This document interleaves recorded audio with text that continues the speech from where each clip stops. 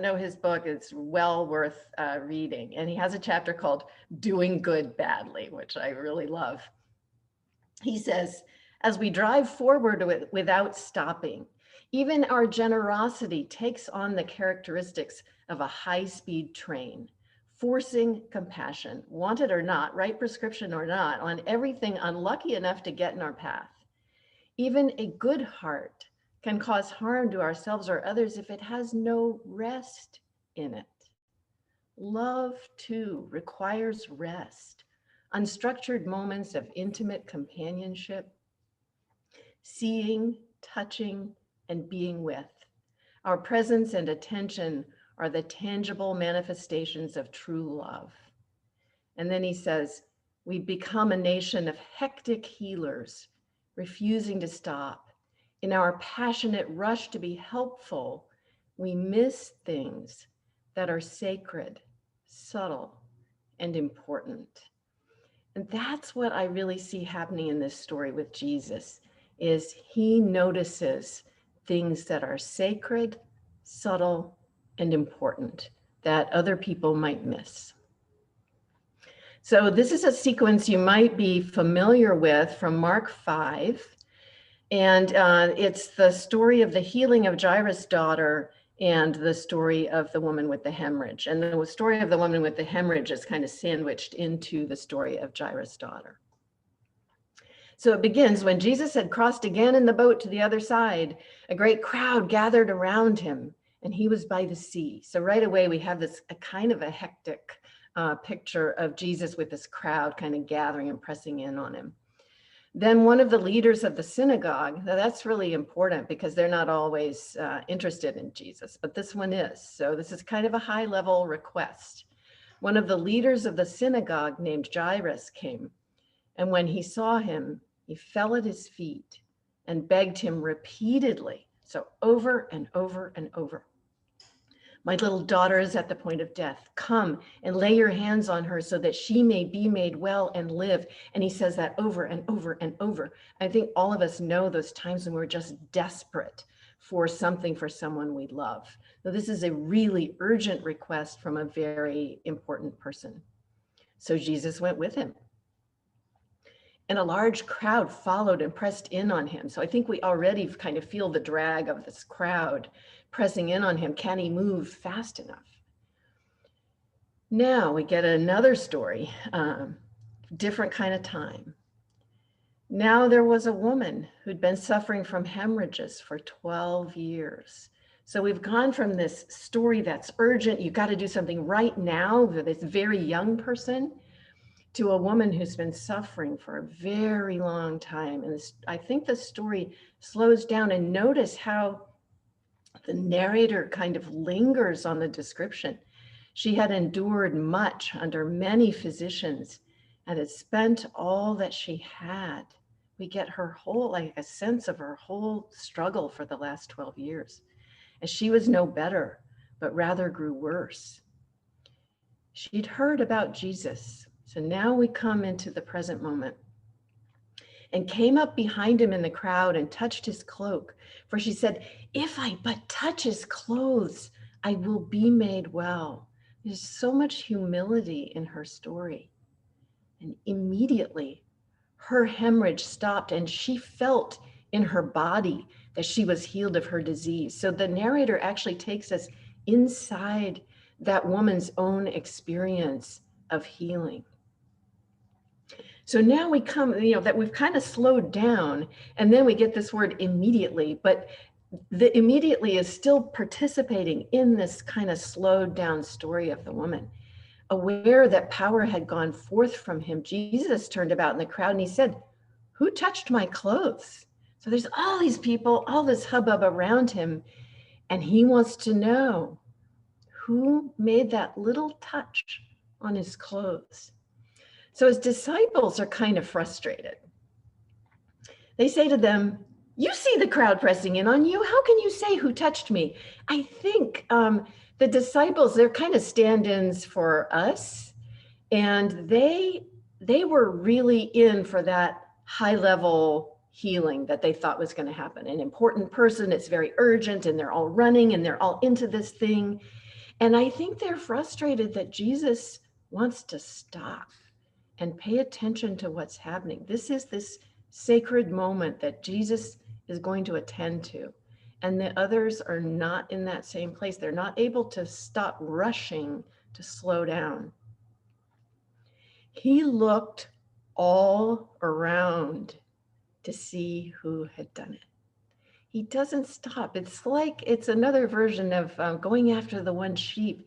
It's that persistence and the willingness to take the time to see the person who needs to be seen. But the woman, knowing what had happened to her, came in fear and trembling, fell down before him. So remember, the father fell down before him. Now the woman does, fell down before him and told him the whole truth. What do you think is in the whole truth? 12 years of the whole truth. And Jesus just stops and listens to that story. He said to her, "Daughter, your faith has made you well." So we have initially Jairus's daughter, this beloved child. Then we have this woman who we don't know that she's not beloved by anyone, but also she seems to be alone, and we don't hear a story about connection. Jesus claims her and calls her daughter.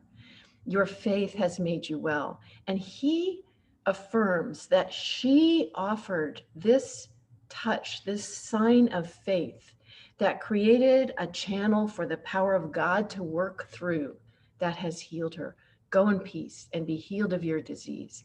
So there's the power that Jesus channels, but it cannot be activated into the world unless the person who needs that power creates a channel of faith for it to work through. And we're going to see more about that as the story continues. While he was still speaking, some people came from the leader's house to say, "Your daughter is dead. Why trouble the teacher any further?" I mean, this is exactly the thing we've been worried about, that by his slowing down, the other healing was at risk, that there's sort of a zero-sum game here, that either one healing can happen or the other, and they're in conflict and you can't get both. And I think a lot of us run around with that kind of sense that there's not going to be enough to go around. And that's often what's behind the rushing around that people do. But overhearing what they said, Jesus said to the leader of the synagogue, he just focuses, "Do not fear, only believe." Just offer this channel of faith that God can work through. He allowed no one to follow him except Peter, James, and John, the brother of James.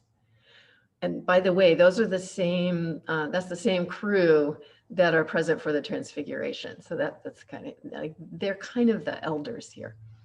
When they came to the house of the leader of the synagogue, he saw a commotion, people weeping and wailing loudly. So we have another kind of hubbub, kind of like the crowd. When he'd entered, he said to them, "Why do you make a commotion and weep? The child is not dead, but sleeping." And they laughed at him.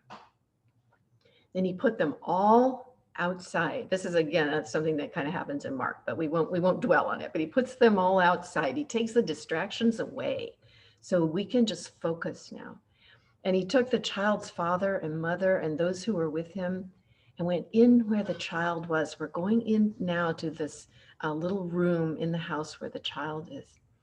He took her by the hand and said to her, "Talitha cum," which means, "Little girl, rise." I think in your English translations, it will say "stand up," but "rise" is a really important word in Mark, and I'll talk about that in a second. We'll finish the story and then I'll talk about that. Rise. And immediately the girl rose and began to walk about. She was 12 years of age. So there's another link between our two stories. At this, they were overcome with amazement. Amazement is, it's related to our word ecstasy. Like they were like beside themselves, like their minds have opened to something that they can't totally understand. It's wonderful, but they can't understand it.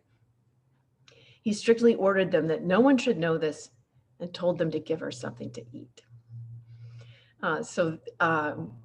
there's our two stories.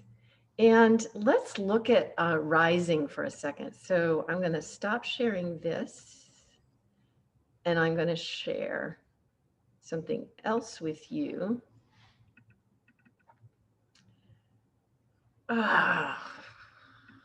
Let's see if I can get that other one. Can you see rising in Galilee? Yay, okay.